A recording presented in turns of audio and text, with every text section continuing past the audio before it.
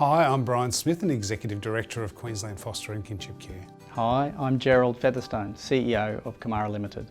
I'm Annalie Clark, Executive Director of Services at Infinity Community Solutions. Gerald and I are very proud to be partnering with QFKC on today's webinar. I take this opportunity to acknowledge the traditional owners of the land on which we are meeting today as we view this webinar and pay our respects to the elders past, present and emerging. And this is the first of many, and we hope you enjoy. Hi, my name's Carissa Inglis. I'm the Service Support Manager for Queensland Foster and Kinship Care, otherwise known as QFKC. I've worked for this organisation for 15 years. My entire working career has been in child protection, which is absolutely my passion. You've probably spotted a bit of an accent. I originate from New Zealand, where I did my social work degree and went on to work for the equivalent of child safety for a number of years as both a team leader and an equivalent CSO. I moved over to Australia in 2005 and worked for a fostering and kinship care service and for the child safety before commencing my position with QFKC, where I've spent the last 15 years. I look forward to presenting to you today. So today's topic of discussion is the Statement of Commitment, and it's really an area that I'm extremely passionate about. It's a document that everyone in the child protection sector should know about and should be really informed about, because it actually outlines the roles, the rights, the responsibilities of carers, the roles and rights and responsibilities of all other partners in this very difficult job that we have of caring for our most vulnerable children. So, this is the Statement of Commitment. You'll see me referring to this as we go on today. It's actually only 11 pages long, and it's a really, really easy document to read. Today, what we're going to do is we're actually going to go through each of the sections of the Statement of Commitment, and what my aim is for you to come to the end of this webinar and actually have an understanding of what this means in terms of your day-to-day care of children, how you can apply this as fostering kinship carers in your community and in your care team. So firstly, I want to talk to you a little bit about what the Statement of Commitment is. So the Statement of Commitment confirms the commitment of the Department of Children, Youth Justice and Multicultural Affairs and Queensland Protection Agencies to work together with the Queensland Kinship and Foster Carers to ensure the safety, wellbeing and belonging of children and young people placed in their care. What's really important to understand about the Statement of Commitment is it's not just a document that doesn't have any authority behind it. The Statement of Commitment actually has authority under the Child Protection Act. Under Section 7 of the Child Protection Act, there's a really clear expectation from the Chief Executive to have a commitment to the foster and kinship carers of Queensland. And this is why we have the Statement of Commitment. There's been a number of versions of the Statement of Commitment, and the one that we're going to talk about today is actually the third version, and it is a commitment that QFKC have been consulted on and we're part of. And we're really proud that some of the outcomes and the changes in the Statement of Commitment that we see today are as a result of our systems advocacy for fostering kinship carers in Queensland. We are a unique peak body because we're the only peak body that actually provides individual casework response. So we know what's happening for carers in Queensland through our individual responses to carers and the issues that they're facing. And when we start to see patterns of issues, what we can do with those is that we can use those examples to inform our systems advocacy. And that is what has assisted us to actually inform the Statement of Commitment and some of the changes that you will see in today's presentation. So it's really important to understand that the Statement of Commitment is not just a document, it does have authority under the Act, and it is been signed by real key players within child safety, including the Minister, including peak bodies, and including our Executive Director, Brian Smith. So we're just going to talk a little bit about some of the principles that underline the Statement of Commitment and the framework in which the Statement of Commitment is recognised under. And then what we'll do is we'll actually start to work through, like I said, how you can actually start to use the Statement of Commitment in your day-to-day caring role within your care teams and within the actual care that you provide for children. So principles underpinning the statement, many of these things that we're going to talk about today can seem really complex for carers, and it's really difficult when you don't have a lived experience or a lived understanding about what these things mean in terms of day-to-day practice. So we're going to talk a little bit about what that means, but also QFKC has additional training that you'll be able to access that goes into these areas in more detail, and hopefully in the not so distant future we'll have webinars that also outline what these things mean. So the first thing we're going to talk about in terms of the framework is the paramount principle. So the paramount principle sits within the Child Protection Act, and it's the principle that says that the safety and well-being of our children and young people is paramount. That means it is the most important thing. And one of the changes in the 2018 Act was that not only do we need to consider what's in the best interest of a child now and what their safety and well-being means, but we actually need to consider what's in the best interest of a child for the rest of that child's life. So what that means is we're not just saying here and now this is the best decision for a child. We need to consider what the consequences for the decisions that we make now for children are going to have for that child for the rest of their life. So that's a really important amendment to the Act in 2018, and one that we really need to be considerate of. The next part of the framework is the Charter of Rights.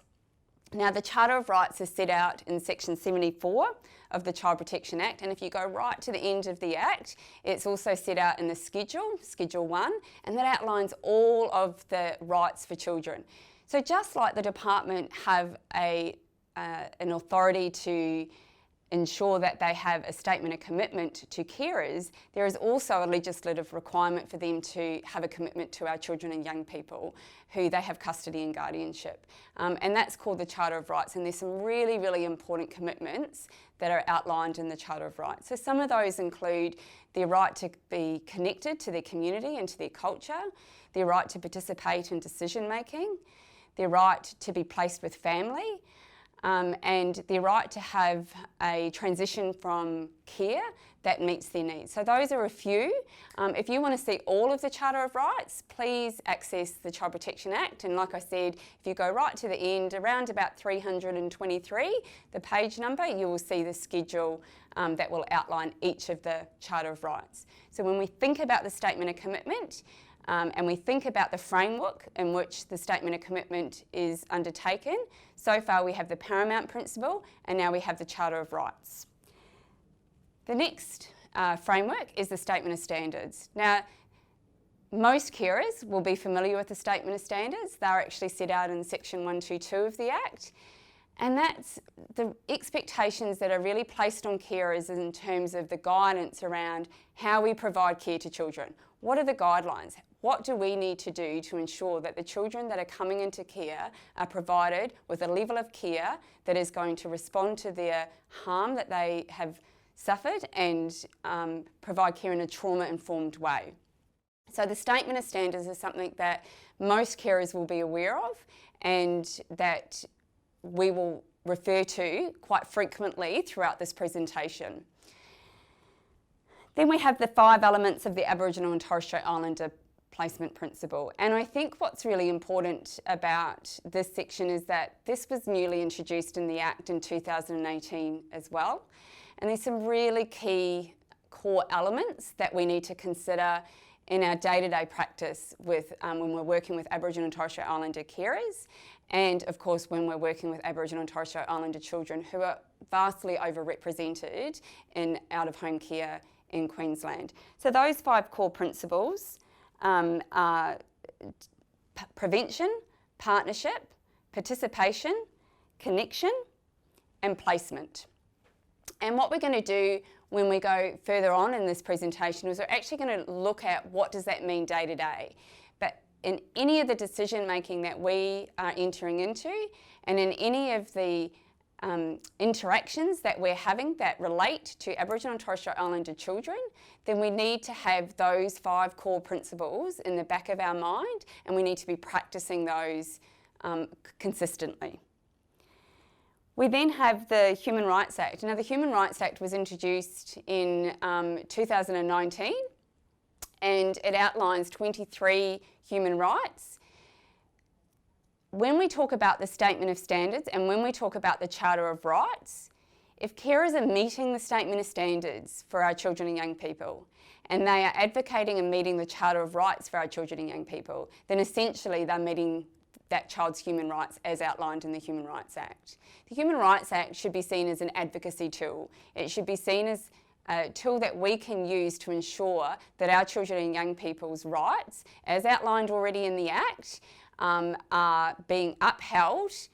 And if they're not being upheld, then that provides another avenue for foster and kinship carers to go down, and for children and young people to go down, and for parents to go down to have those issues addressed.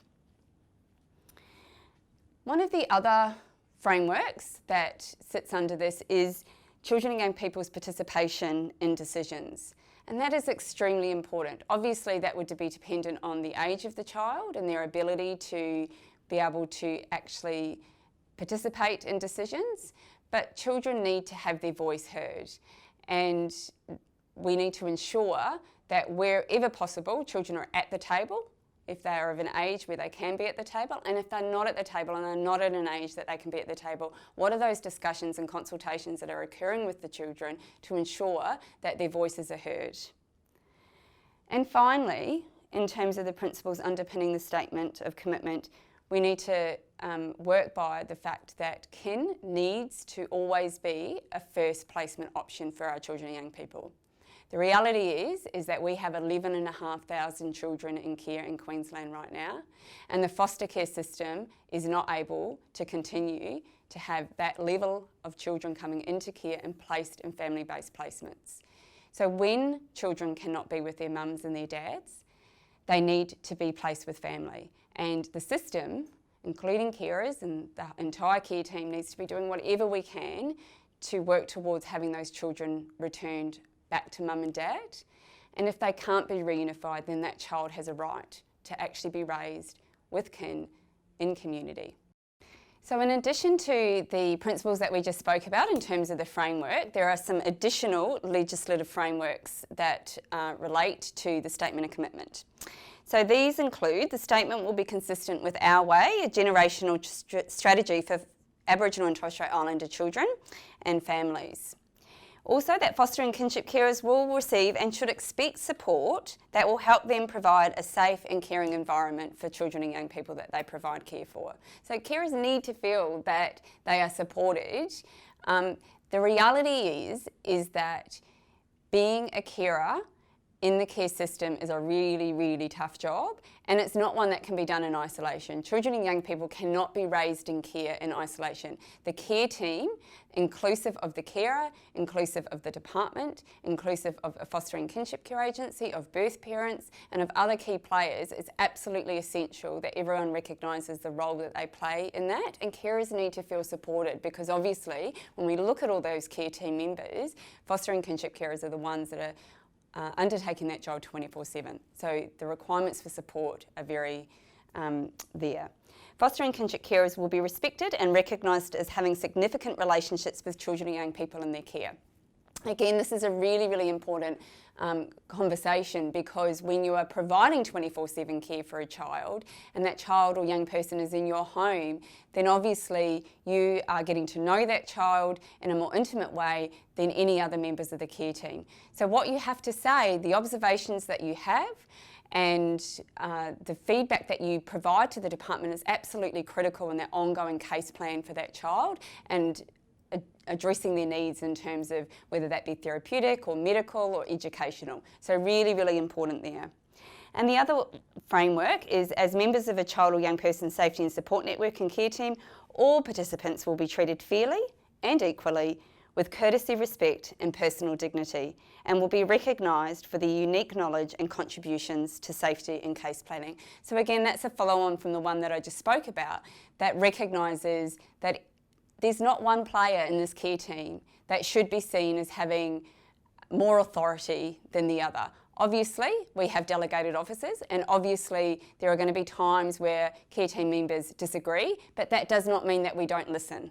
And active listening is a really, really important factor in all of our care team discussions. And although the department may at times make a decision that you don't agree with, it's so important that you're part of that process of being consulted, that you then understand why the decision has been made, and you're able to then move forward and work with the department to those case plan goals for the child. Okay.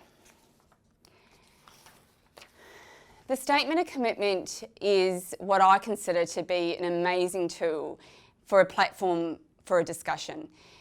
So it's not just about roles, rights and responsibilities for carers. It's about really recognising what is the key players' roles in this. So what is the Department of Child Safety's roles? And when we say what a carer's rights are, what that essentially means is what is the department committing to in this commitment? What is it that they are saying that they will provide to carers? And what does that mean? And how are you actually going to use that in terms of your day-to-day caring role? So that's really important. But we can't have rights without responsibilities. So this commitment is not just about saying carers have a right for this and this and this. It's actually really outlining that as a carer, you do have rights, but you also have responsibilities. You have responsibilities obviously to the child or young person, but you also have responsibilities to the sector and to child safety and to your foster and kinship care service, and to other key players as well. So you have responsibilities and you also have roles. So you need to really understand as a carer what is your role and how do you go about that in day-to-day caring. So it's a critical tool that provides a shared understanding and therefore a platform for discussion around the critical roles each partner plays in the care of children and young people.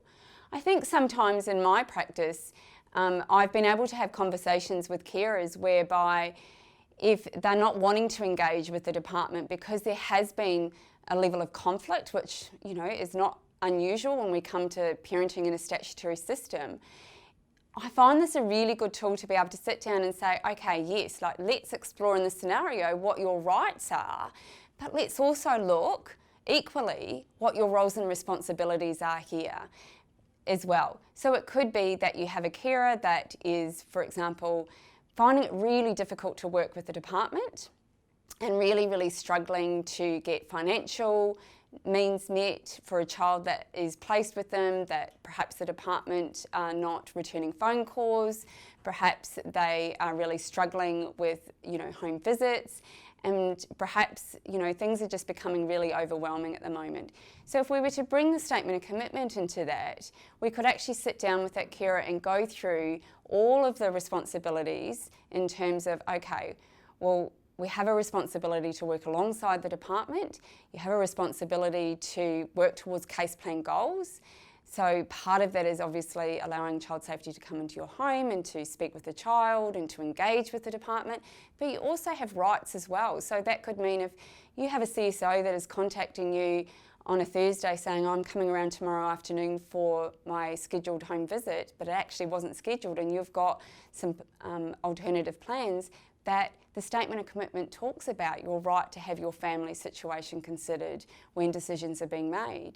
So there's a really good example of, yes, you have a responsibility and that you need to engage with the department and allow home visits to take place, but you also have a right for that to occur in a way that meets your family's needs. So in that circumstance, you could say, I'm more than happy for you to come to my home and to do a home visit, but unfortunately you've left it really late and I'm not going to be able to make tomorrow afternoon.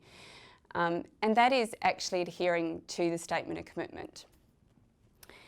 So I believe that this statement of commitment can provide a really safe space. It can provide the ability to take the emotion out and use this as a platform to really explore what may be going wrong, what are some of the things that we're worried about in this care team environment, and what is it in the statement of commitment that we can use to actually remind each other of what our roles, rights and responsibilities are to come back onto that level playing field. So it's a really, really good document for foster and kinship care services to use, a really good document for the department to use, and obviously a really important document for carers to be aware of and to use. So each component of the statement of commitment is critical. Rights are not without responsibilities, and every partner should have a shared understanding of each other's roles. So, we've talked a lot so far about the statement of commitment, and we've talked lots about roles, rights and responsibilities. But what we're going to do now is we're actually going to look at what this means for you as carers. And we're going to do some scenarios so we can actually put real life scenarios to you around, well, what if this happened? Then what is it in the statement of commitment that can support you to get through that, whatever that scenario might be? And we've got quite a few to get through today. So, first scenario, and it's one, unfortunately, that many carers dread. Lots of carers that have done the pre-service quality training are apparently told it's not a matter of if you get a standard of care matter, it's a matter of when, and it's a really tough job to actually continue to be watched every day in terms of your day-to-day parenting and to be judged on that. So it's a really tricky space, that standard of care space, but it also is there for a reason, and it's because we need to make sure that the care provided to our children and young people meets a particular standard, like I said at the beginning, to ensure that we can assist children and young people to recover from their trauma. So, the first scenario that I've put forward is that you have an allegation raised against you about an inappropriate discipline method used in your home. And that has formed a standard of care matter. So if we're breaking down the statement of commitment, so this document here, and what I've done is firstly, I have gone to your rights. And your rights are actually outlined in page 5. And it talks about child safety commits to.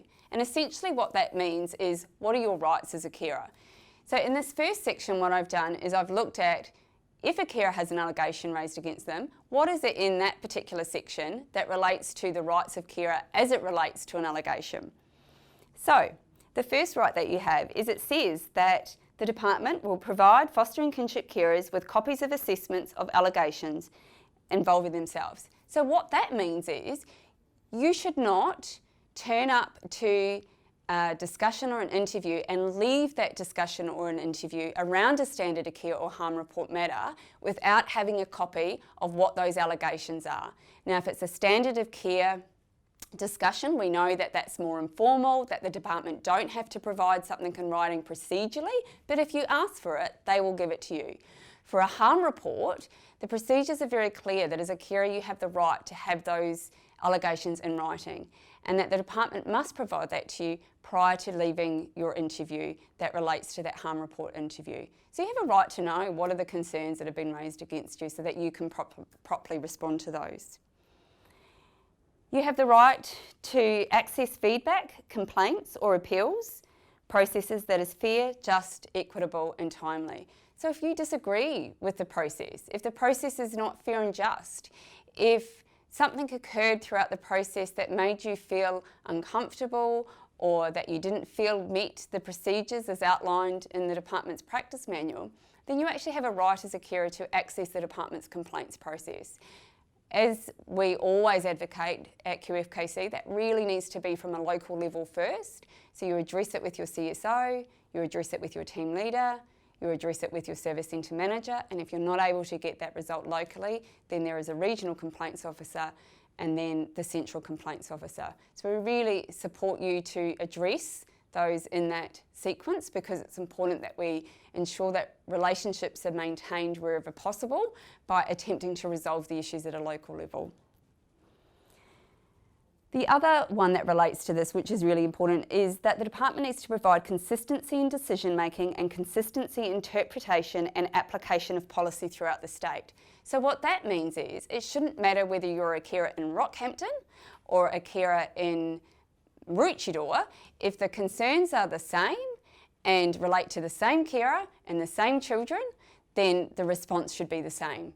So the procedures outlined in the department's practice manual under provide and review care is very specific about how the department makes decisions around standards of care and harm reports and how they have to respond to those. So what the statement of commitment is saying is that if an allegation is raised against you, then you should have an expectation that your response is consistent across the state. It doesn't matter where you're from, that you should expect to go into the practice manual and read what the practice manual says in terms of how these things are responded to, and that should be your lived experience. And if it's not your lived experience, then again, we go back to the one that we just spoke about. You have the right then to raise your concerns at that local level to have that addressed. So some of those things which we see really frequently in this space is where the timeliness of standard of care and harm report matters are way outside the timeframes that sit within the practice manual, so 4 weeks for a standard of care and 6 weeks for a harm report. So what the procedures say is if the department are going to go outside of those timeframes, then what they need to do is they need to provide in writing to the carer the reason why they're going out those timeframes and what an expected timeframe to complete it would be. So you should have an expectation that you can go to the practice manual, read that, go to your service centre manager or team leader and have that placed in writing. The next thing which is really important is maintaining confidentiality about fostering kinship carers and for the child or young person in their care consistent with child safety policies and procedures. So essentially what this means is you have an allegation against you as a carer, and some of our carer communities are really small. There should be no reason for other carers to know about those allegations about you. Your confidentiality is really important, and the only people that should know about the concerns that are being addressed with you is the people that need to know. So that would include your foster and kinship care service, that would include child safety workers that are working with you in respect to that. It could include the service centre manager, of course, the senior prac, anyone that is involved, but it shouldn't be that people that don't need to know that information have that information. And that's about protecting your privacy, but also, of course, the child and young person's privacy as well.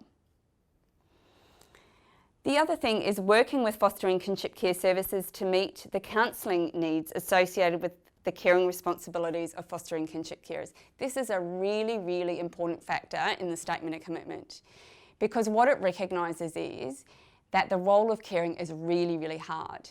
And for our professional workers, such as foster and kinship care staff and child safety staff, they have access to formal supervision, they have access to EAS, which is the Employment Assistance Program, they have access to sometimes external supervision.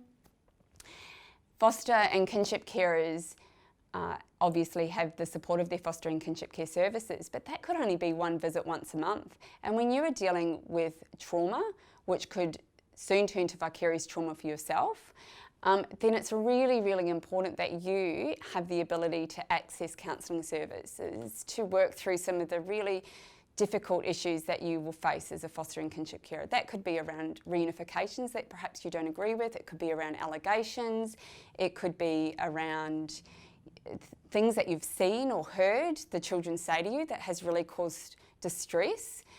It's really, really tough being in a space where you are listening to a child's story around harm that has occurred to them. So it's really, really important that carers are able to access services to support them to work through that. So when we talk about allegations, and in this instance, often allegations made against carers can be really triggering, it can be really heartbreaking. The vast majority of carers get into caring for really good reasons, and to be accused perhaps of doing something that was maybe not intended, or a consequence of parenting in the statutory system, can be a really, really difficult process to go through. So it's really important that you feel supported to speak to someone externally if you feel the need to do that, and the statement of commitment supports that. The other and final right that I have been able to identify here, but there may be others that you can go through and look for yourself, is that you need to be provided with copies of reports, case and other records that are held in child safety or agency files, such as providing meeting minutes from standard of care interviews. So that's really, really important, and that was one of the inclusions in the most recent updated version of the Statement of Commitment, which was released in 2020, and something that QFKC really pushed for, that a carer should not have to go through a right to information or an administrative release in order to access information, where they were party to a process. If a carer is sitting in a meeting and they're being interviewed in relation to that meeting and allegations, then they have a right to actually have access to the minutes that they were part of. And historically, prior to the changes to the Statement of Commitment, it would be a really convoluted process at times for carers to actually get access to minutes of meetings that they were party to. Now the Statement of Commitment is really clear from the department to say, well, if you were in a meeting, you have the right to receive copies of those minutes. So that's a really exciting inclusion and obviously something that really relates to the scenario that we have today. Okay, so that's all your rights, and like I said at the beginning, we don't have rights without roles and responsibilities. So if we look at the scenario here in terms of the allegation, what is the carer's role in that? So again, we'll go back to our Statement of Commitment, and on page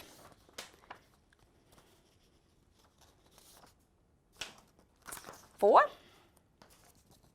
it outlines Foster and Kinship Carers' role. And underneath that is a list of the roles for Foster and Kinship Carers. So as it relates to this particular scenario, obviously it says provide care that is consistent with the Statement of Standards and the Charter of Rights. So it's obviously absolutely the role of a carer to provide care that is consistent with the Statement of Standards and Charter of Rights, and if the department is worried that that care does not meet that standard, then obviously they need to raise a standard of care or harm report process as per their policies and procedures.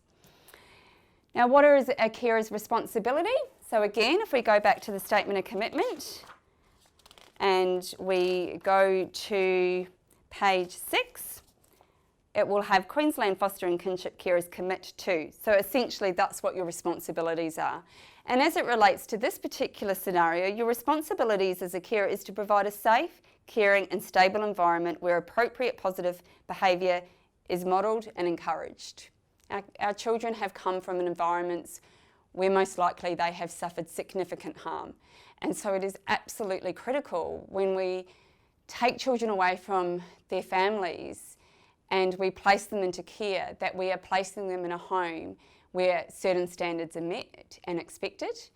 And so absolutely the department will have an expectation that a carer's responsibilities is to provide that safe and stable and caring environment. The other responsibility as it relates to this particular section and scenario is to ensure that child will receive positive guidance when necessary to help them change inappropriate behaviours using methods approved by Child Safety. And for those that are really familiar with the Statement of Standards, that's actually something that sits really well within the Statement of Standards and the expectations under that. So there's a lot of that interlay as well.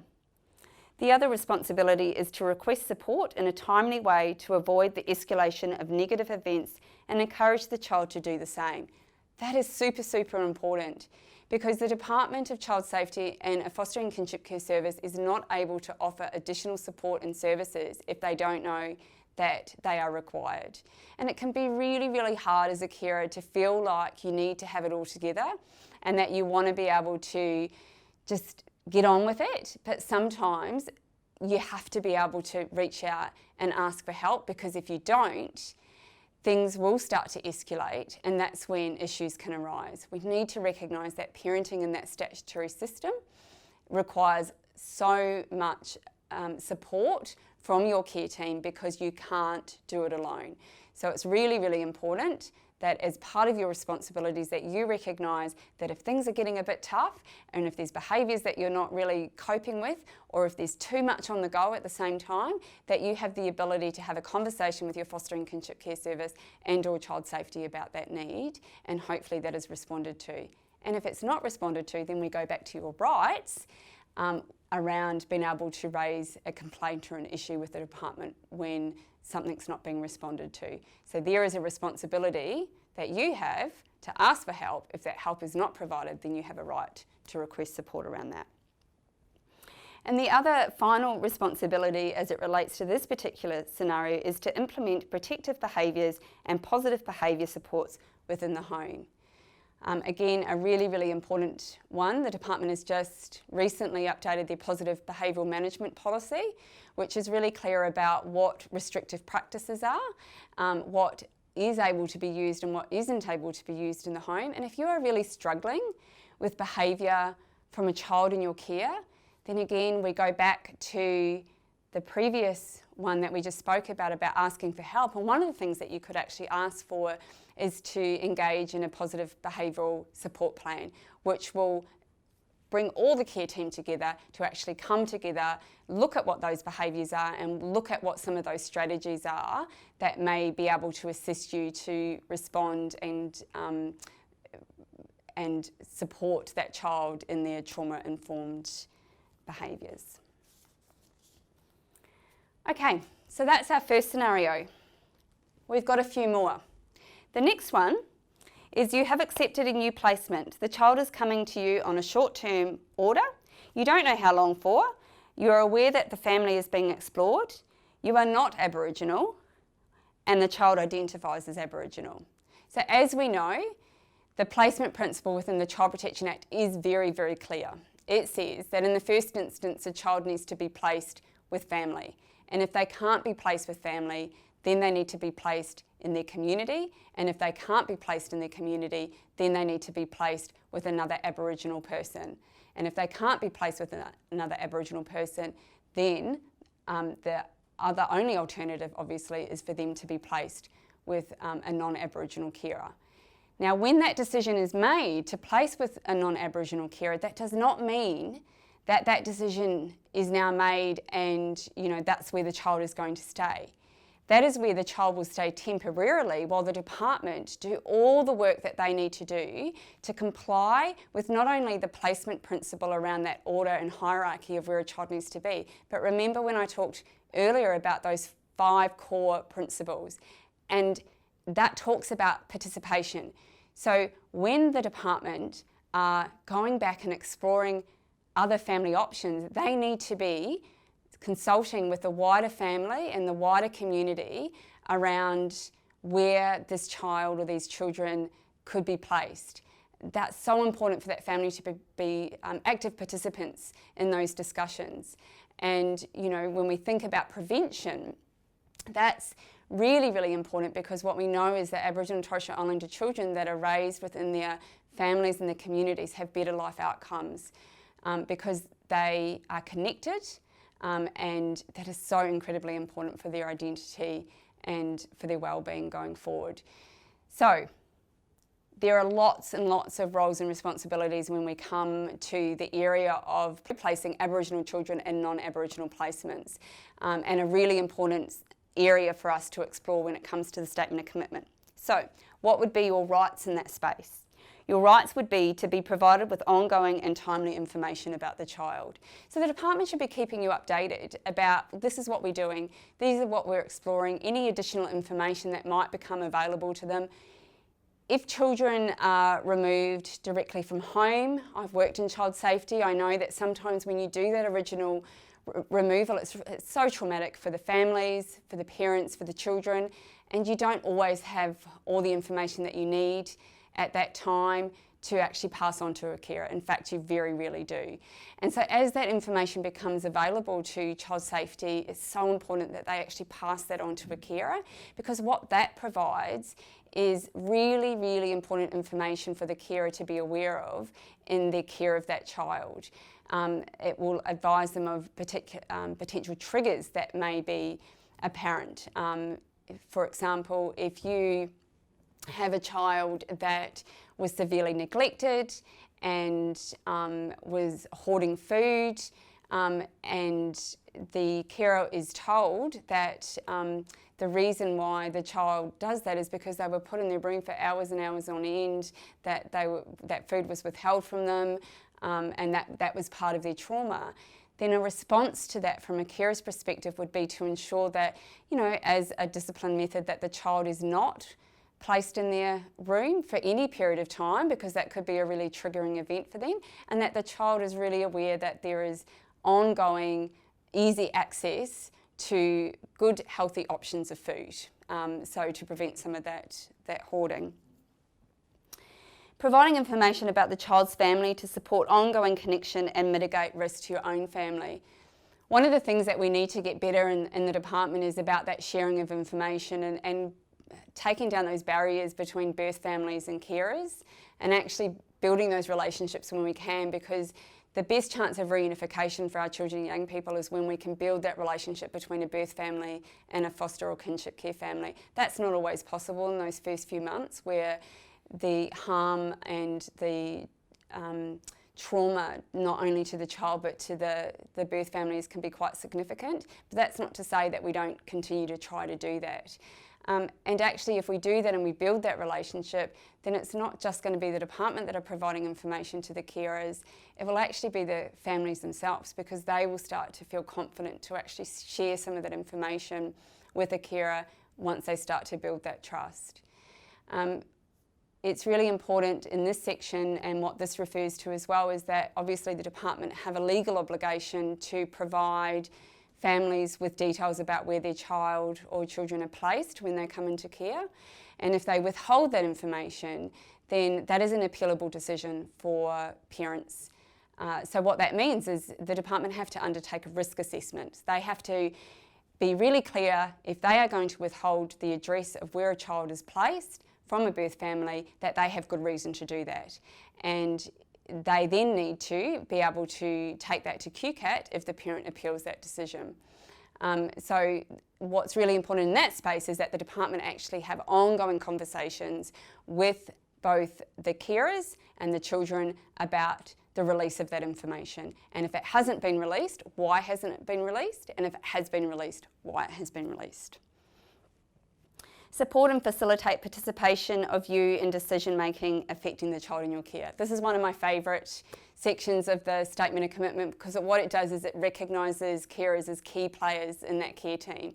While we absolutely accept that child safety is a statutory body and the delegated officer to make many of those really crucial decisions, what the Statement of Commitment recognises is that those decisions should not be made in isolation to carers. We talked earlier about the fact that carers often, have those really intimate relationships with children because you're living with them 24/7. And so obviously you're going to have information that should inform the department in terms of their decision making.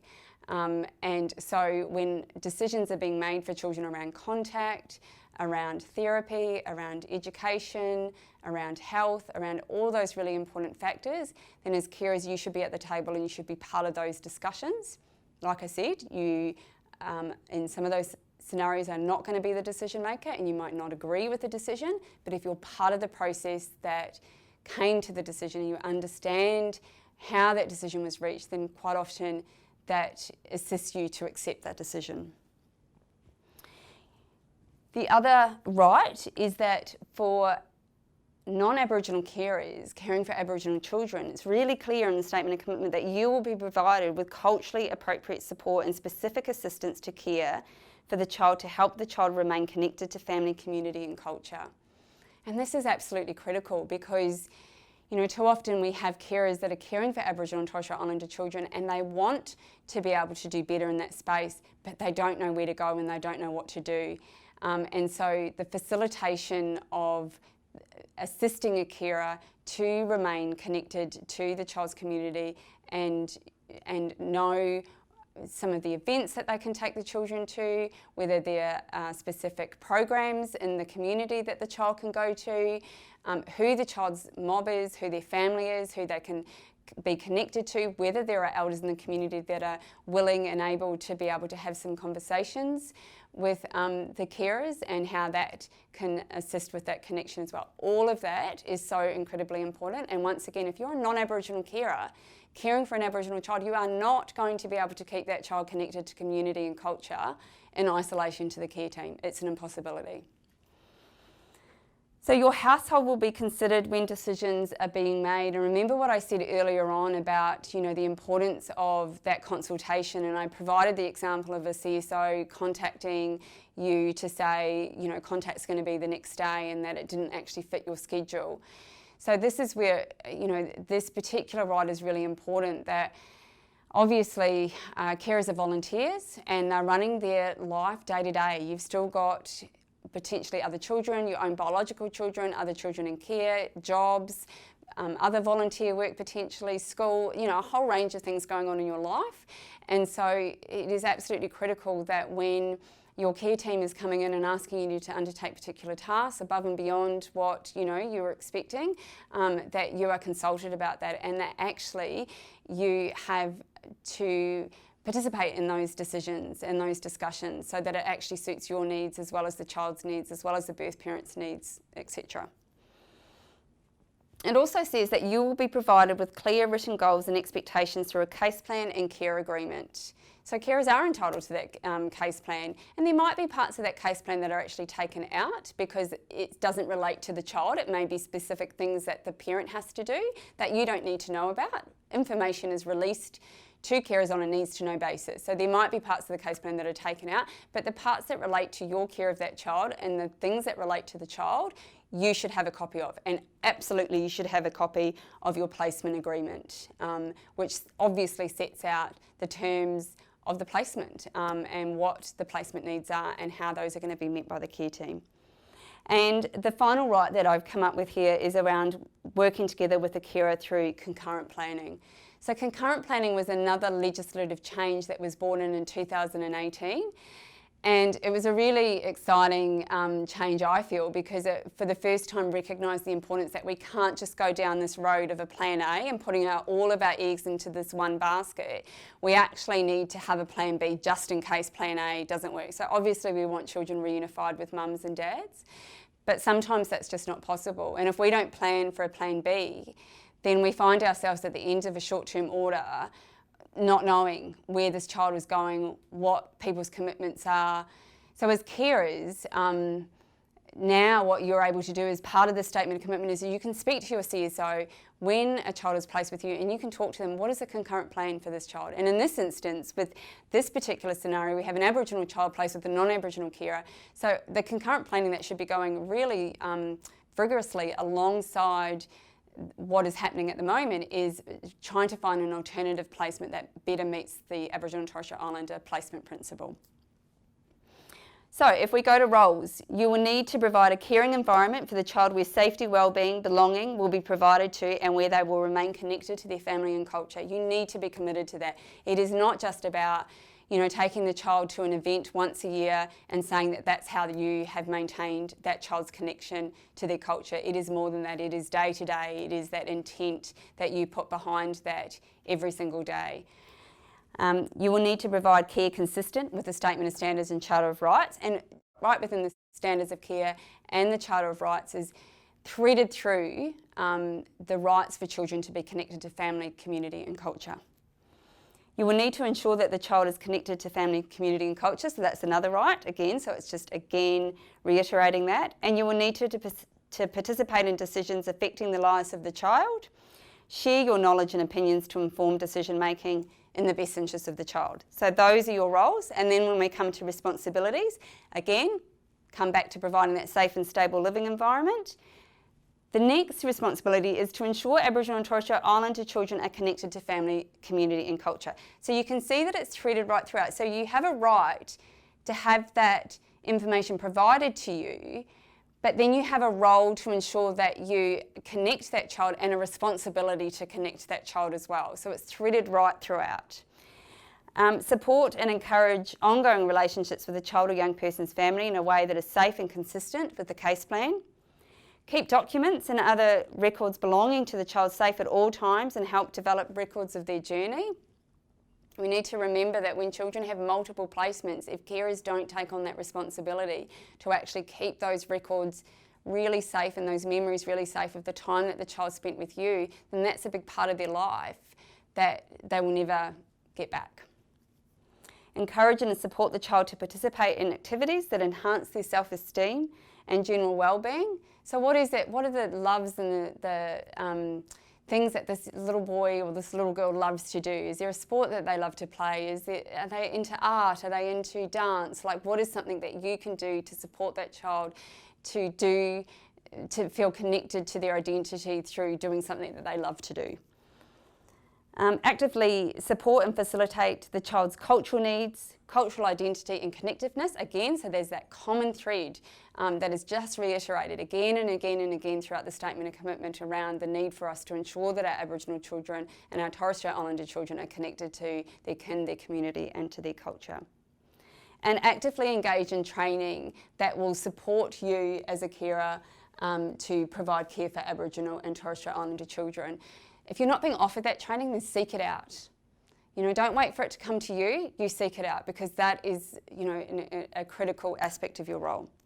Okay, so that's our second scenario. We've got another couple ones that we're going to go through, and then we're going to go to the roles of the department and the responsibilities. So the next one is that you need to end a placement because you feel that your family is unsafe due to the child's behaviours which have caused ongoing and extensive damage to your property and intimidation and threats from the child's family.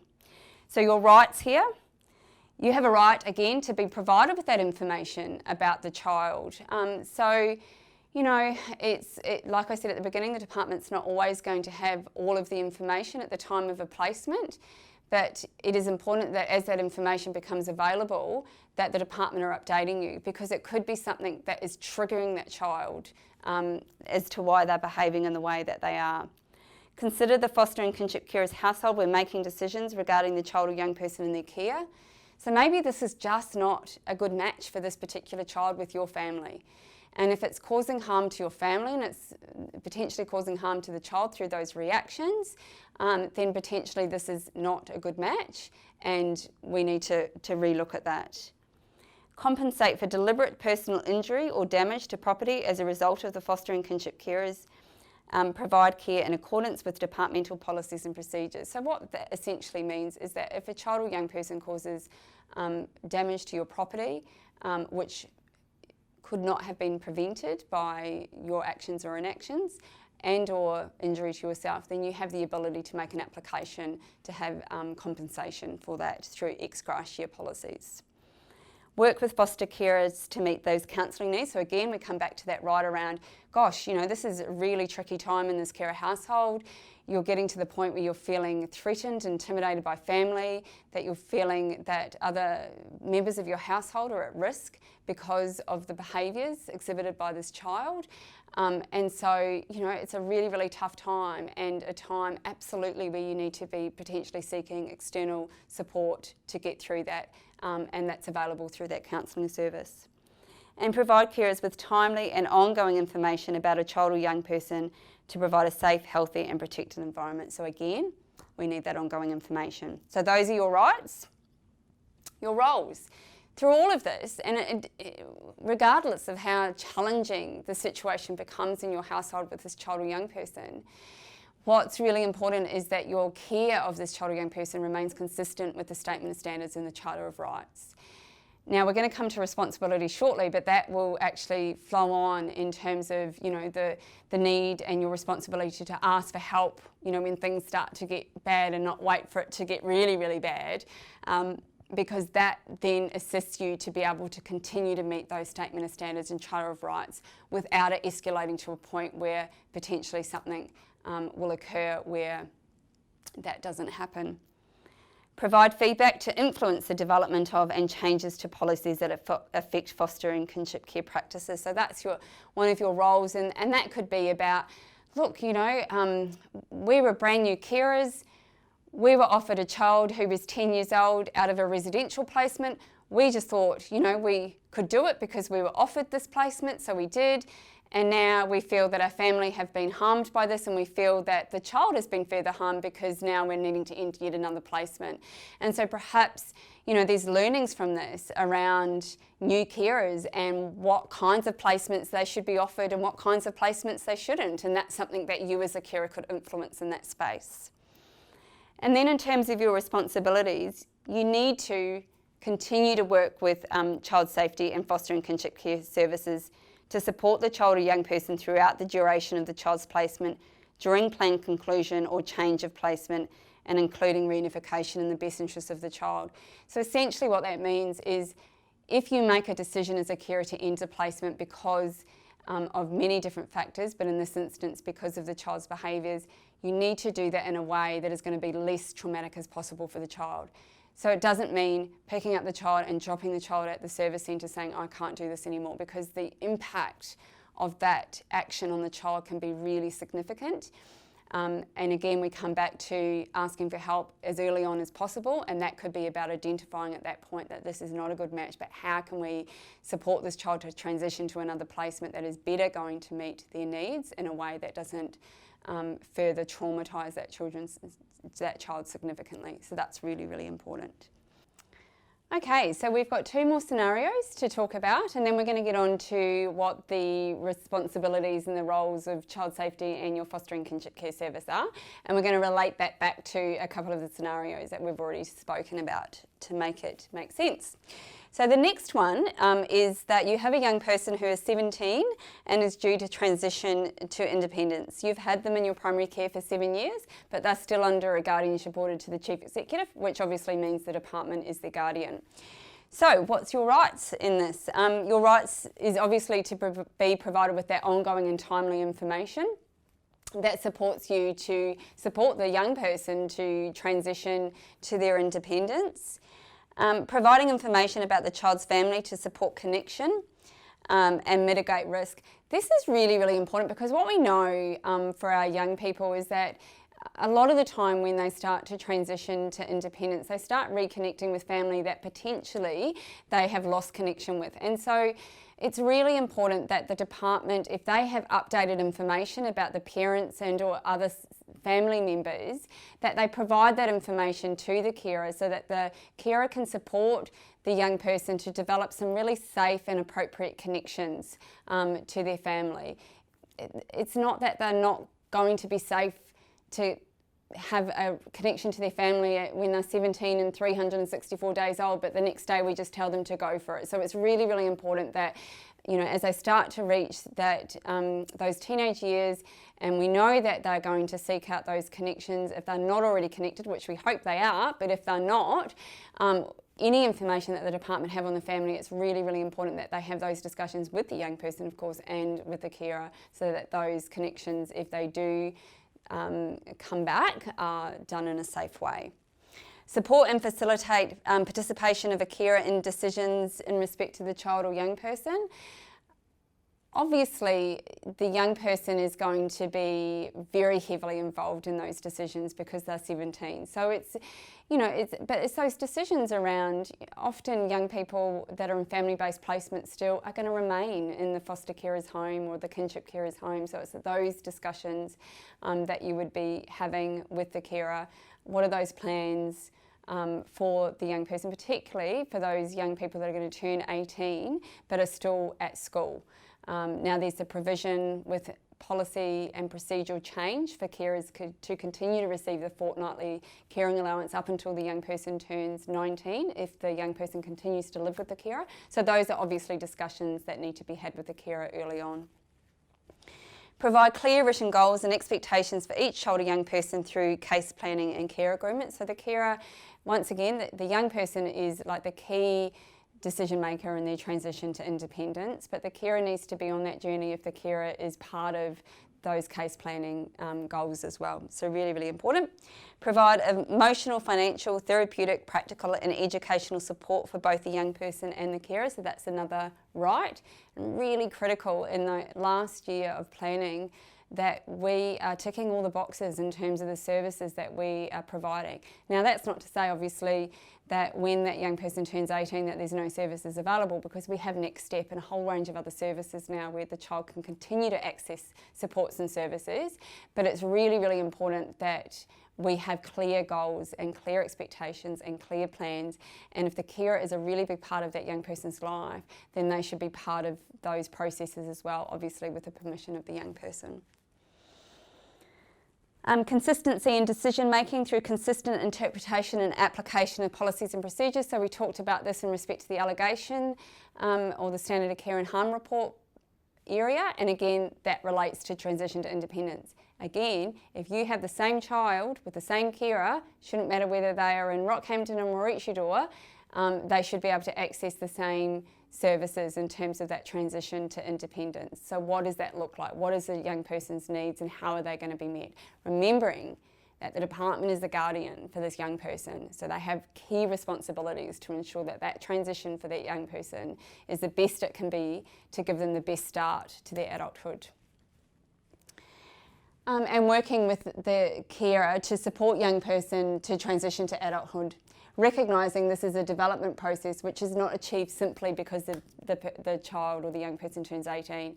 I think one of the things we need to remember in this space is that we spend a lot of time with our children and young people throughout the course of their time in care talking about the difference between chronological age and developmental age, and recognising that trauma obviously impacts on that developmental age. And so we may have a child that is, 10 years old but has the developmental functions in many areas of perhaps a six-year-old.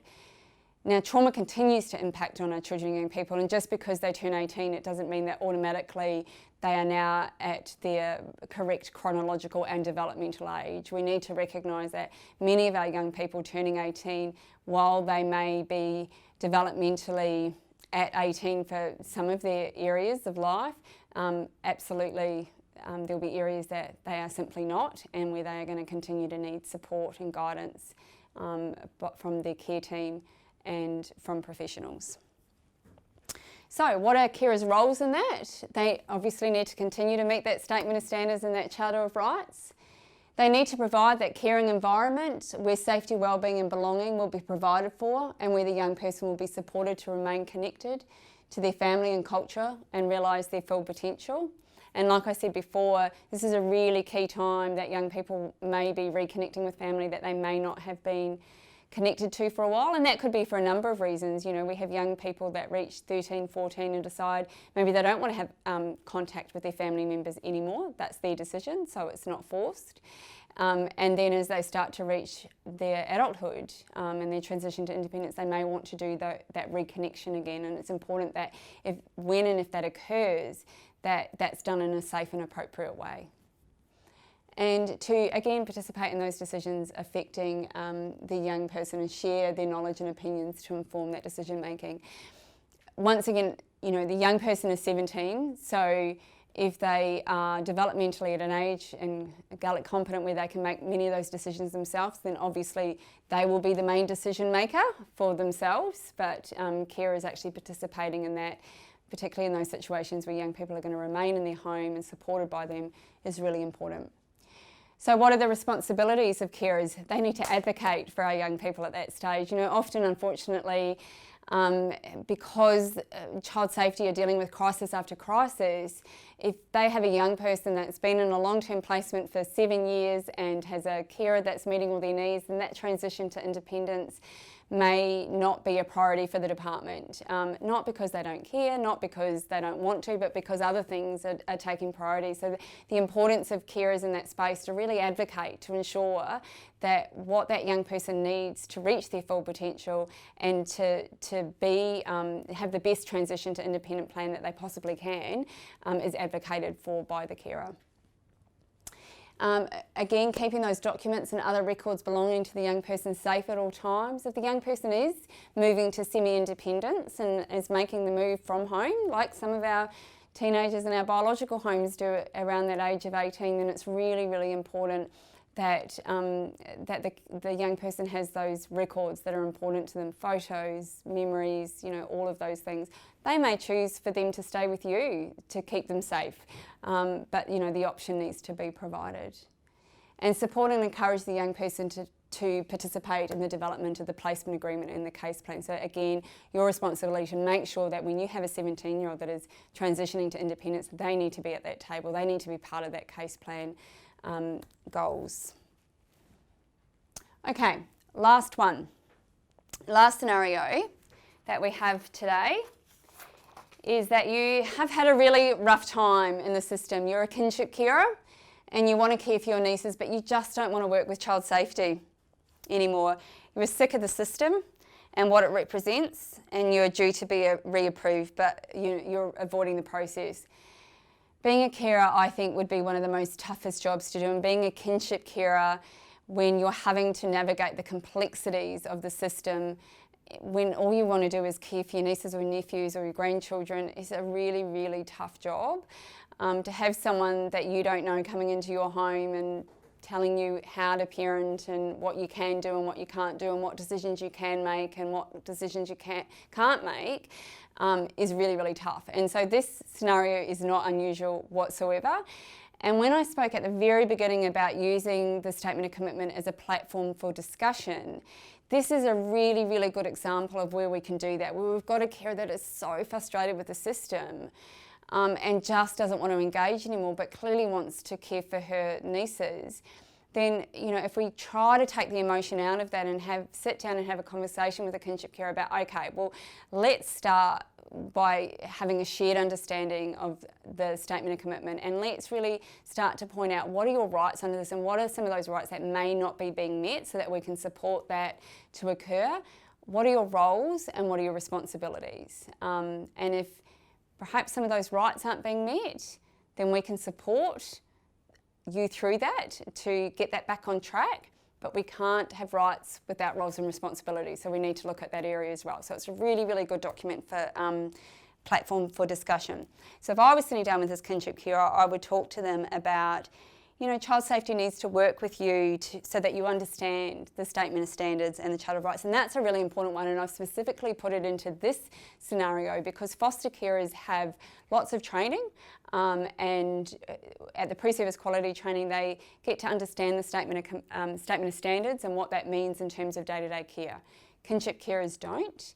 And so the statement of standards can be foreign to them, and unless someone sits down with them and talks to them about what the statement of standards are and what the Charter of Rights are and what that means in terms of day-to-day care, they won't know. So as a kinship carer, you have a right to have child safety and or your agency sit down with you and work through the statement of standards and the Charter of Rights and what that means. Your household should be considered when decisions are being made. And as a kinship carer, you've got your nieces, but you might have your own biological children, and you might feel that all these decisions that the department are making are not taking into account your own family's needs. And if that's the case, then that's a right that is not being met and something that we can address. You should be consulted when there is a new policy and procedure being developed that affects you. Often again, kinship carers are in the system because they have a key motivation, which is just to provide care for nieces and nephews. And, the system itself is so complex. And so actually being informed of changes to policy and procedure that affects you is really, really important, but in a context that you understand. So, and this is a really good example in terms of the statement of commitment. There'll be lots of kinship carers out there that don't even know that there's an updated statement of commitment and what that actually means. And so you have a right as a kinship carer to have had someone come and speak to you. Here is a statement of commitment, here is what it means, here is how it can assist you in your care of your nieces and nephews, and here's your roles, rights and responsibilities explained. That the assessment process is completed on yourself as a carer should be open and sensitive. So in this situation, we've got a carer that's dreading her reapproval. Maybe she's feeling that she's often judged, and so she should feel as a kinship carer that the assessment process is open and that it's sensitive and acknowledges her important role. Again, you should experience consistency in decision making. We've spoken about that. So if this kinship carer, shouldn't matter if they're in Rockhampton or Maroochydore, their experience of the system should be consistent. Child safety should be working with the kinship carers agency to identify what the support needs are.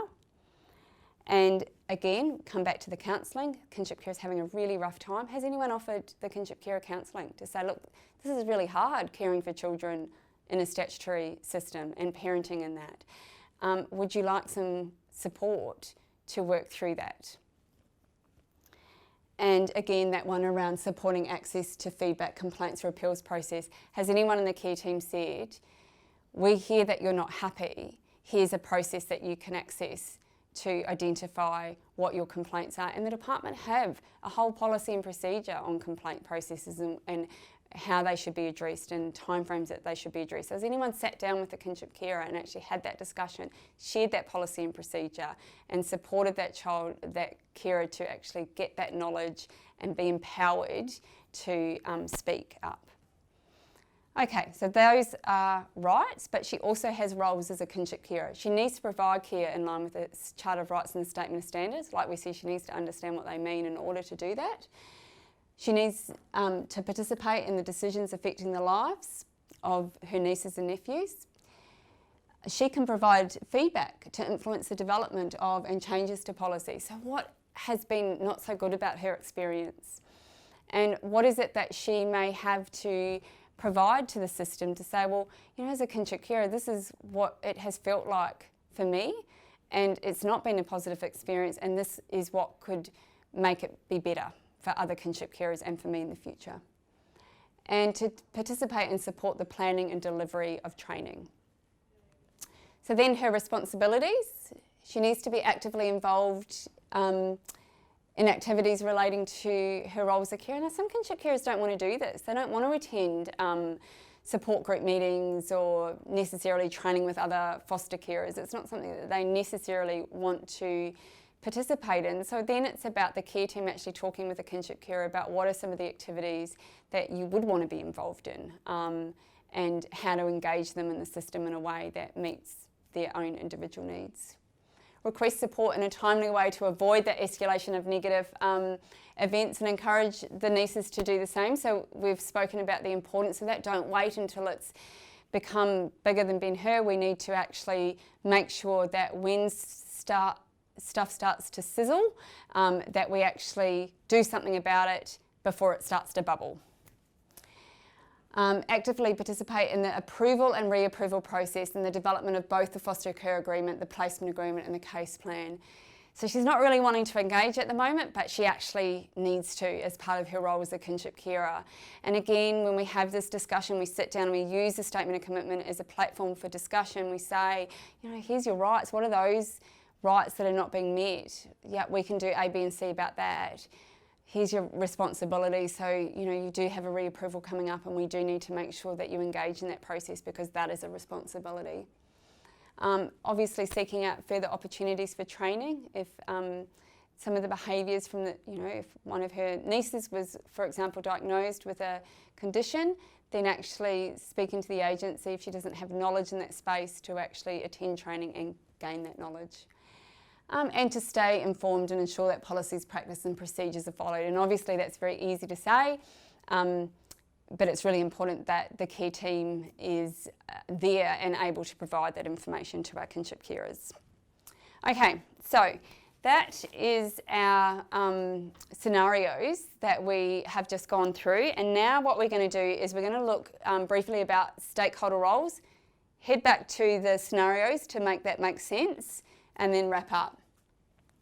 So what is great about the statement of commitment is that it is genuinely reflective of the care team approach. So it doesn't have one party in isolation to all the rest. It really clearly outlines, well, here's the role and rights and responsibilities of carers, and this is the department's role, and here's the agency's role.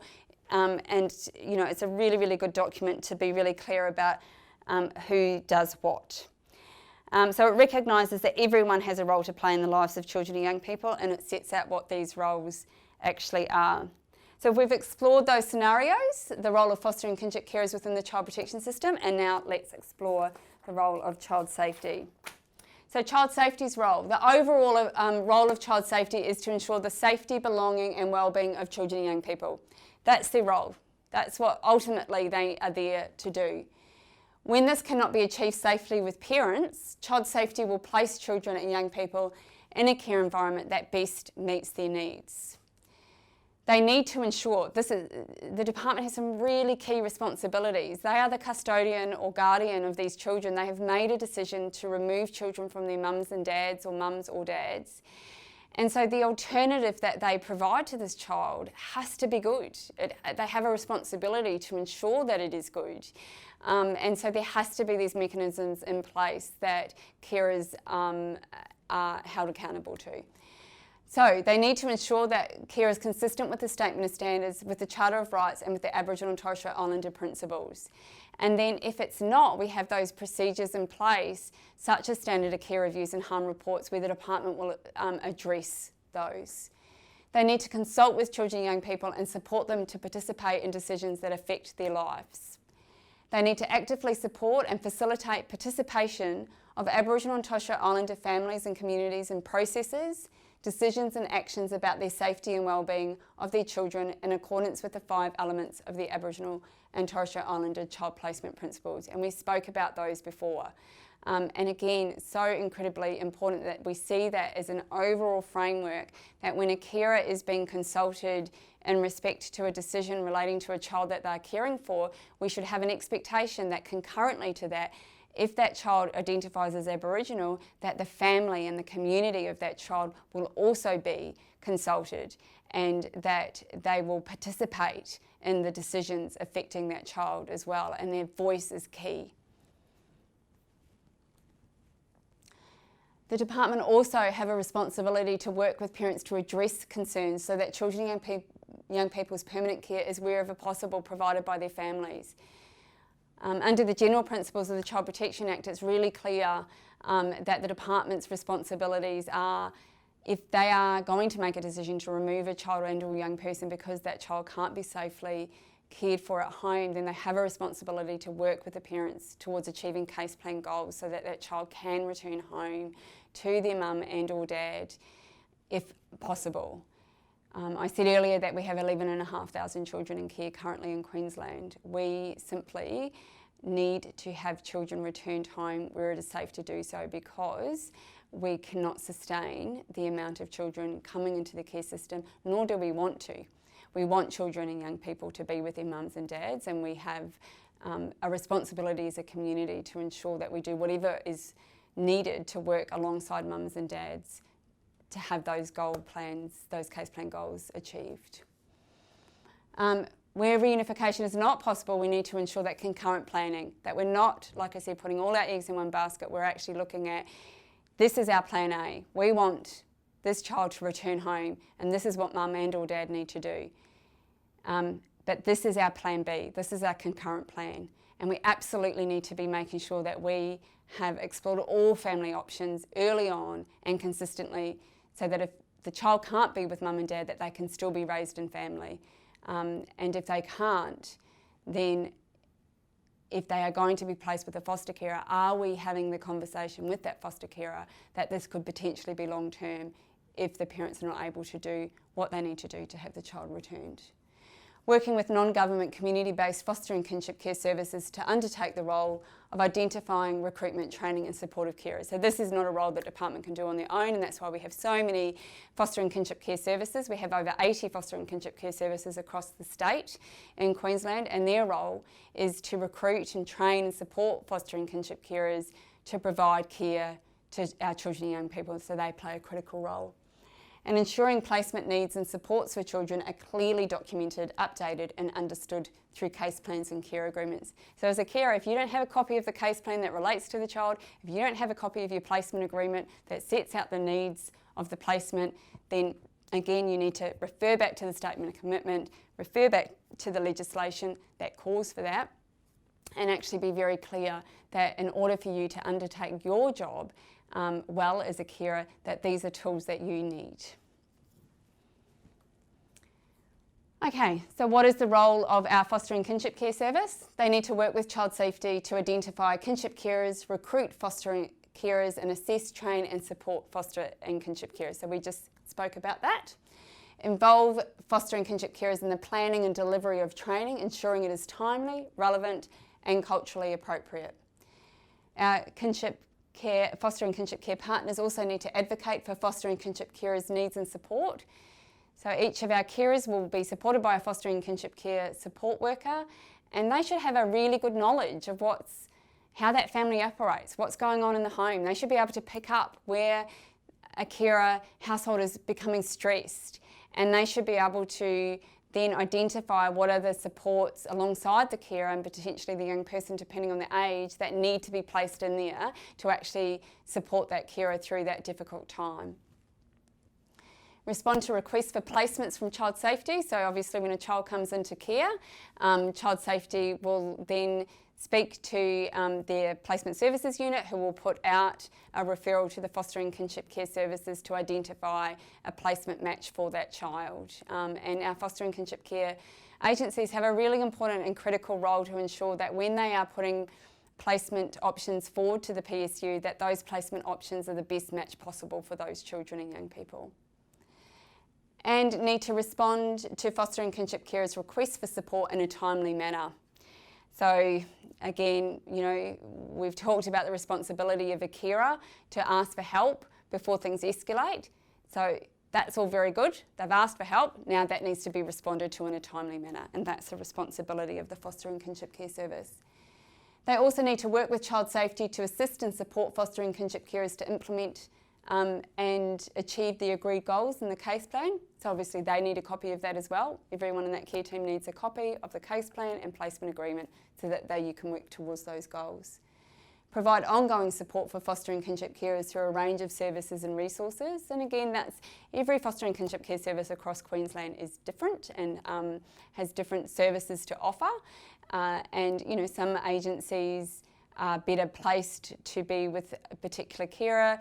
For example, if we have complex children, then we have some agencies that have intensive programs that are able to respond to those needs better than what an agency that was just providing support through a general program for children with moderate to high needs. Work with child safety to provide access to training, both initial and ongoing. So there should be a really good range of services and trainings offered to carers. It shouldn't be mundane.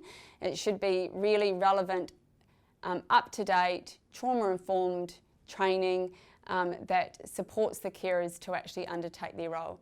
I know that, you know, carers often say that it's really helpful as the child starts to grow in developmental age, that, for example, if we have a child who's 4 years old with fetal alcohol syndrome, the responses to those behaviours are going to be different to what a child who is 13 with fetal alcohol syndrome. So we can't just say, carer, oh, you know, a carer's already done training around fetal alcohol syndrome, so they don't need it again.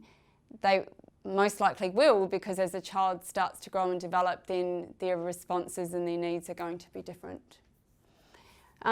The other role of a foster and kinship care service is to raise community awareness of the role of foster and kinship care and encourage people who are interested to seek further information. QFKC actually runs a stall at ECA every year, although we haven't for the last 2 years, obviously, but we partner with 10 foster and kinship care services during the 10 days of ECA. And yes, part of that is absolutely about recruiting foster carers, but the other part about that is community awareness and actually destigmatising the role of carers and you know, really putting a really positive light on the role of what carers do in the system. Advocate for the importance of Aboriginal and Torres Strait Islander children to be placed with kin. And that's really important. We need to be actively always ensuring that we are complying with the Aboriginal and Torres Strait Islander principle to the best of our ability. So when we have a child placed with a non-Aboriginal carer, and we're in the early days of those placements, we need to be looking at alternative placement options that better meet the principle.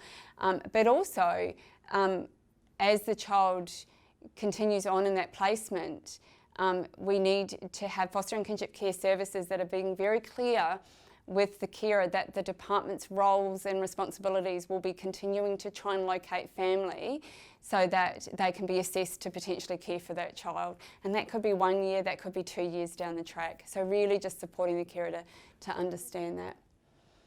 And advocating for children and young people to be connected to kin and community. So now we've explored what child safety's role is and what the foster and kinship care's role is as it pertains to the statement of commitment. We are now going to go back to a couple of these scenarios to look at what that means in respect to that particular scenario. So the first scenario we're going to go back to is scenario 2, which, if you remember, was about the Aboriginal child placed in a non-Aboriginal placement. So when we look at that particular scenario, we need to look at what the department's roles are. So their role is obviously to ensure that the child's standard of care and Charter of Rights are actually being met in that carer's home. And so remembering that lots of the Charter of Rights and Statement of Standards are around ensuring that the carer is connecting the child to family, to community, to culture. So that's a really important factor there. They also need to be actively supporting and facilitating the participation of the child's family and community in processes, decisions and actions about the child in accordance with the 5 elements of the Aboriginal and Torres Strait Islander placement principles. So the department should be actively seeking out the child's family and community to work with them around placement, to try and have the child placed within family and community, around participating in decisions affecting the child, about ensuring that that child is connected to as many family members and community as possible, and that, you know, we're working always in that sense of prevention. We don't want an Aboriginal child in care, we don't want any children in care, but we don't want an Aboriginal child in care in a non-Aboriginal placement. So, because we know the detrimental impact that will have on the child long term. Again, if we go back to the paramountcy principle, we need to be looking at not only what is it in the safety and wellbeing and the interests of the child now, but for the rest of the child's life. So that's where the other core 5 principles of the Aboriginal and Torres Strait Islander placement principles are so important. The department also have a role to be working with the parents to address the concerns as to why the child came into care in the first instance, because remember, what we want to achieve is we want the child to be safely returned to their mum and or dad. Ensure that that concurrent planning is occurring. Again, we have this conversation around concurrent planning, that, you know, we have some plans occurring for this child that means that that child is not going to be in a placement where they are not connected to family, community, kin or mum and dad, you know, 5 years down the track, that we're actively seeking out other alternatives for the child to be placed. And if we are not able to, if we have explored all options and, you know, the last option is for the child to remain in the care of the non-Aboriginal carer, have we had a conversation with the Aboriginal carer, non-Aboriginal carer about what their commitment potentially to this young child or young person is long term? Ensuring placement needs and supports for the child are clearly documented, updated and understood through case plan and care agreements. Again, we have that responsibility for the department to be engaging with the carer around the case plan and the placement agreement, so they know what the goals are and what the department are doing to actively reach those goals. What is the kinship carer, foster and kinship care role? They have a role in involving the carer in planning and delivering of training. So in this particular instance, they need to be making sure that they have training for this carer that supports the carer to provide culturally appropriate care to the child or young person in their care. They need to advocate for the foster carer's needs and supports. They need to respond to the foster carer's requests for supports in a timely manner. They need to work with child safety to support foster carers to implement and achieve goals and outcomes for the child or young person's case plan. So again, it's that care team responsibility with that case plan. We've got the carer, we have got the department, and we have got the Foster and Kinship Care Service, and all of those key players should be working together to, one, ensure that they have a clear understanding and a shared understanding of the case plan and the placement agreement, but two, that they're actively working towards it. Provide ongoing support for foster and kinship care through a range of services and resources. So what is it that this placement requires and needs, and what is the Foster and Kinship Care Service doing to actively respond to that? And importantly, advocating for the importance of Aboriginal and Torres Strait Islander children to be placed with kin and to be connected to kin and community. Okay, so that is the scenario 2 that we just re-explored. Now we're going to go back to scenario 5, which, if you remember, was about the kinship carer that had had enough of working with the department but still wanted to care for the nieces. So when we look at that scenario, what is the role of child safety there? They need to ensure that care is consistent with the Statement of Standards and the Charter of Rights, so they need to be in monitoring and making sure that Auntie's care is consistent. But remember, they also need to have told Auntie what the Statement of Standards and the Charter of Rights is. She needs to know what those expectations are in order to meet them. The department needs to ensure that concurrent planning has been discussed with Auntie. We have this kind of hope and expectation divide when it comes to kinship carers, and often when kinship carers take on the care of their nieces, nephews, grandchildren, they often have an expectation that it'll only be for a short period of time, and that their sister or their daughter or their son will get their life back together and be able to take their children back. And when that expectation is not met, that can be really devastating for a kinship carer. So what we kind of encourage is that we need to have realistic and open conversations with our kinship carers about concurrent planning. That we hope, we don't expect, we hope that mum and or dad meet their case plan requirements. This is what they need to do and this is how you can help them. But in the event that they can't, we need to have a plan B. And we need to talk to you about what you're able to do and be part of in that plan B, because what if your nieces require care for the next 16 years? Is that something that you're able to commit to? So those need to be open and ongoing conversations, not something that happens at the end of a 2-year order, because that can be really overwhelming for kinship carers. Ensure placement needs and supports are clearly documented, updated and understood through case plans and care agreements. So that was Child Safety's role. So ensuring that Auntie is aware at all times about what case plan goals are being met, what case plan goals need to continue to be met, what is her role in that, and working with the agency to identify training and support needs for the carer. And then we have the agency's role. Again, they need to involve the kinship carer in planning and delivery of training. They need to advocate for the kinship carer's support needs. What is it that her support needs are? Why is it that she's so frustrated with the system? What has caused that and what can we do to respond to that? They need to respond to the kinship carer's requests for supports in a timely manner and to meet the needs of the child or young person. And they need to work with Child Safety to support and assist the kinship carer to implement and achieve those case plan goals.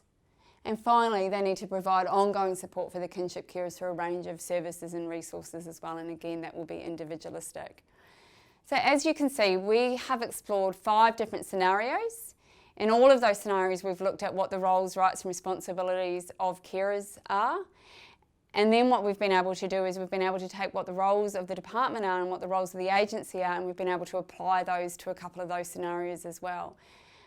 Any kind of issue that you have as a carer, coming back to the Statement of Commitment is a really good platform to use to actually look at, well, what can I use within the context of this? It's only 11 pages long, it's set out in a really user-friendly way that can support my advocacy to get the outcomes that I need, whether that's about meeting a therapeutic need for a child, a therapeutic need for yourself as a carer.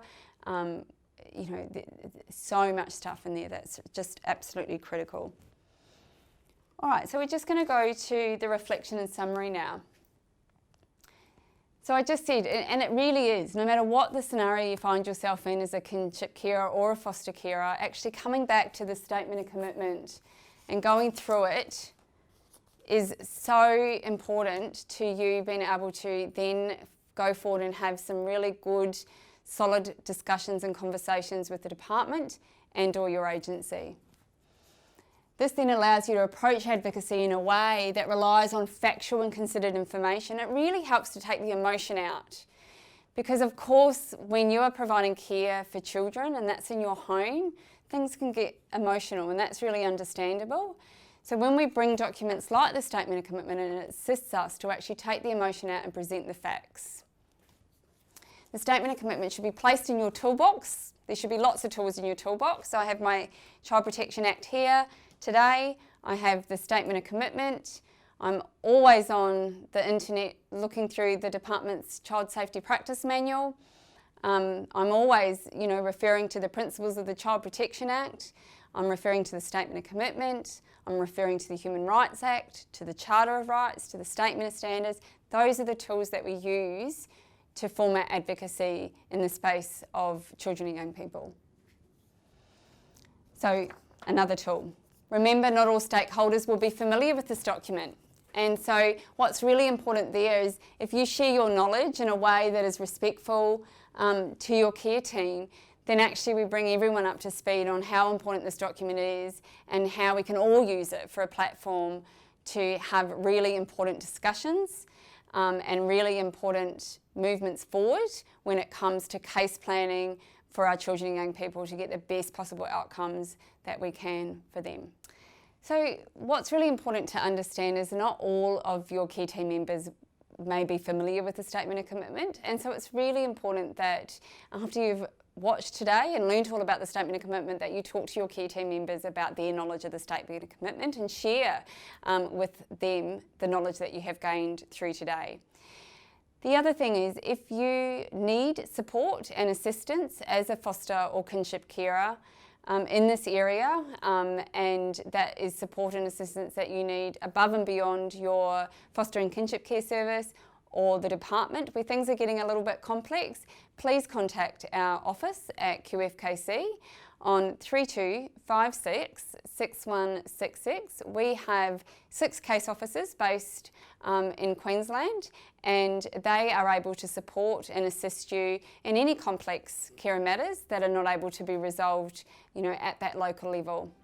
We look forward to hearing from you, and we hope that today's presentation has been really helpful for you in your journey as a foster or kinship carer. Thank you.